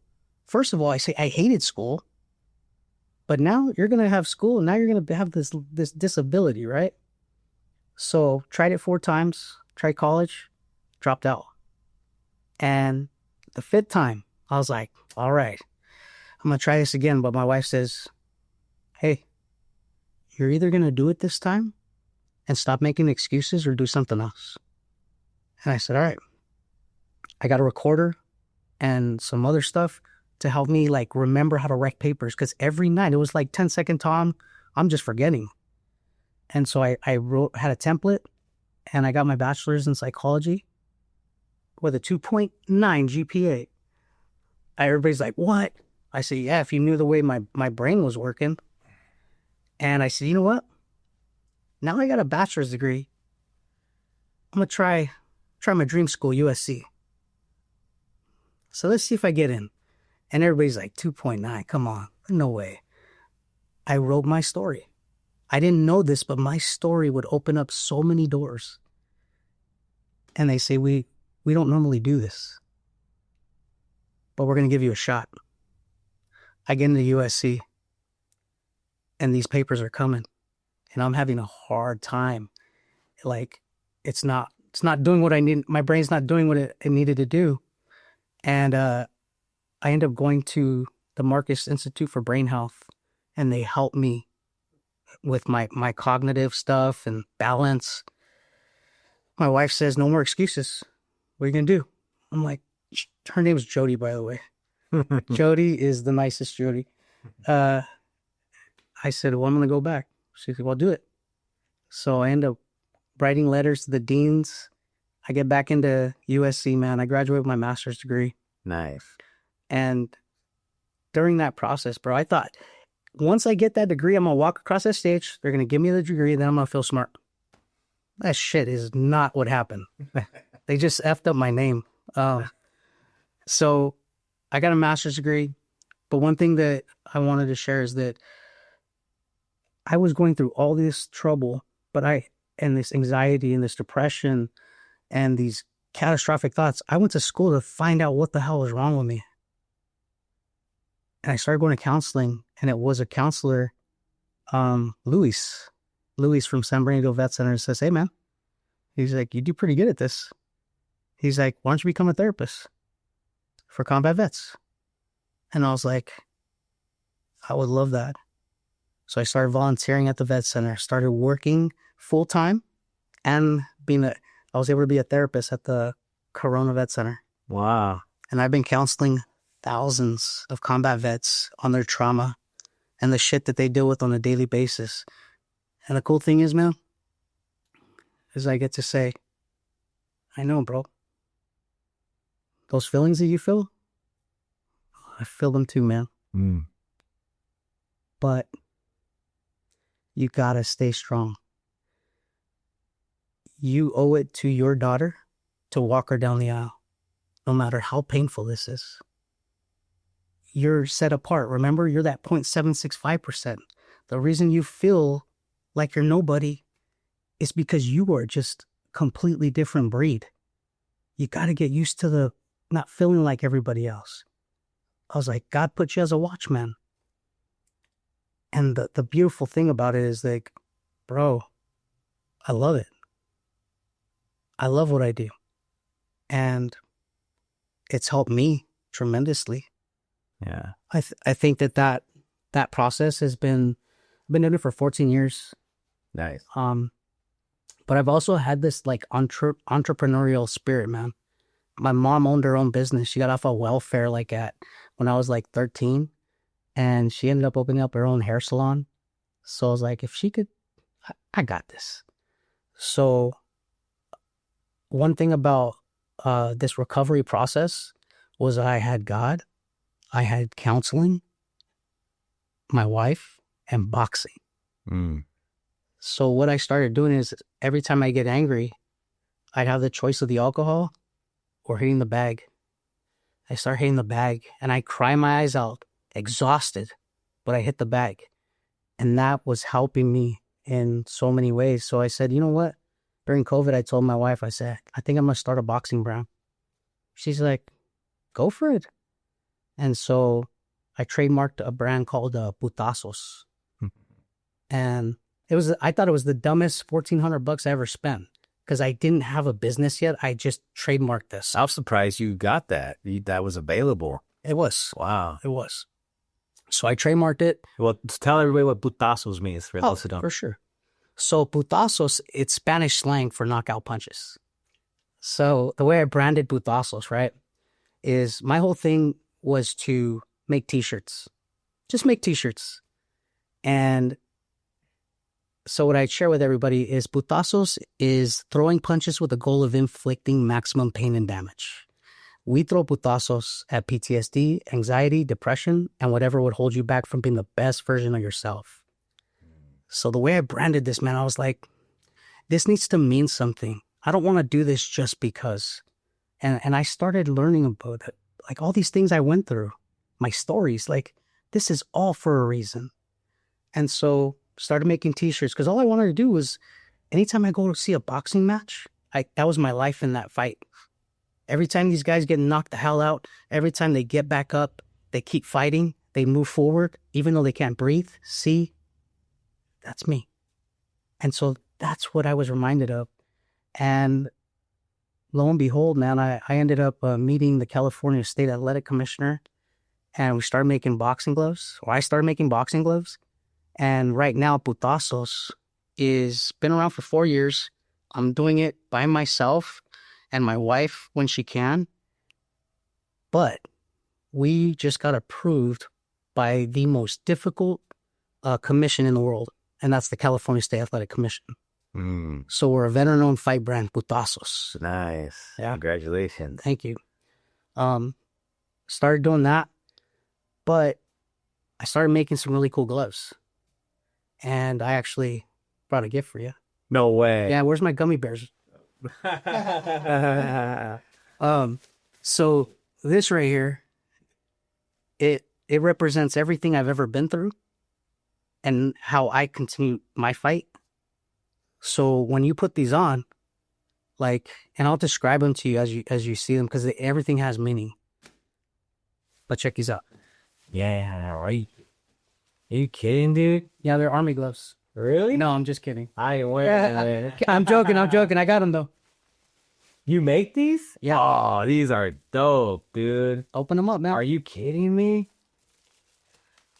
So I saw these in a dream, bro. What? Yeah, not like I saw the EGA and everything in the dream. What? Yep. That's badass, dude. Look at that. Eagle, globe, and anchor. So that's 100% cowhide leather. Really? As you can see, the combat patch, right? Wow. Putazos, fight to the end. And that's the thing. Dude, these are dope, dude. Thanks, brother. Hell yeah, I knew dude. you needed some new gear. You know what, man? To be honest with you, I've been looking in the, I told you that I boxed growing up, not in a gym or anything, but, in high school, we used to throw backyard fights with gloves. Yes, we that's weigh how- each other up, like, and throw legit matches. Yes. And I miss it, man. I love boxing. And recently I've been thinking about hanging my heavy bag back up in the garage and changing it up because I get tired of like jogging and all this shit. Dude, thanks, brother. Hell yeah. Absolutely. Dude. Hell, I'd love to show you real quick, like the meaning behind this real quick. Okay, I'll see. So when you see my glove, you're going to see 16 stars and a rifleman. Mm-hmm. Those 16 stars are what I fight for. And those are the guys from Ramadi and the first store. And obviously a flag that's backwards. It says that's never retreat. Always run towards your fear. Right? So whenever you're wearing gloves or whenever you're fighting, fight for something. Right? And you don't have the luxury to quit. So you got to fight to the end. Hell yeah. These are badass, dude. So thank you. yes. Dude, I could smell them. These are legit. Dude. That's how when I walked into Resurrection Boxing Gym, that's what I saw. Like the color, the vintage, and it's old school, bro. Wow, man. Yeah. Thank you, man. I'm going to use these. I don't know. You almost don't want to use them, though. Oh, that's what everybody says, man. You want to, like, I'd probably hang them up or something. But I can get the laced ones, so you can hang up the laced ones. Oh, yeah. Hell yeah. Those are bad, dude. I'm glad you like them, man. I got a shirt I'll give you in the warehouse back here. Oh, good, man. We haven't launched them yet or anything, but, well, man, any last words before we cut? So I think one thing I would share with our vets is remember who you are. Don't remember what people have told you who you are. Remember that you are such a small percentage of people on this planet, and you're not created like everybody else. You're different. It's not a bad thing. You're just uniquely qualified to be watchmen on the walls, protectors. Don't forget that the opposition, the things that you go through, the fight is never over. You got to continue fighting. That fight doesn't stop. And when you need to take a knee, it's okay. Don't beat yourself up. Just call a brother. Like, I can't help you if you don't ask. That's called humility. And we don't need the pride. You don't need it because you're good. You have nothing to prove. Start to move in that positive direction one step at a time, and you're going to make it. My life ain't perfect, but I'm still fighting. So don't give up the fight. Keep throwing them putazos. Been a pleasure to sit with you, brother. Absolutely, Thanks man. for showing up, man. Thanks, bro.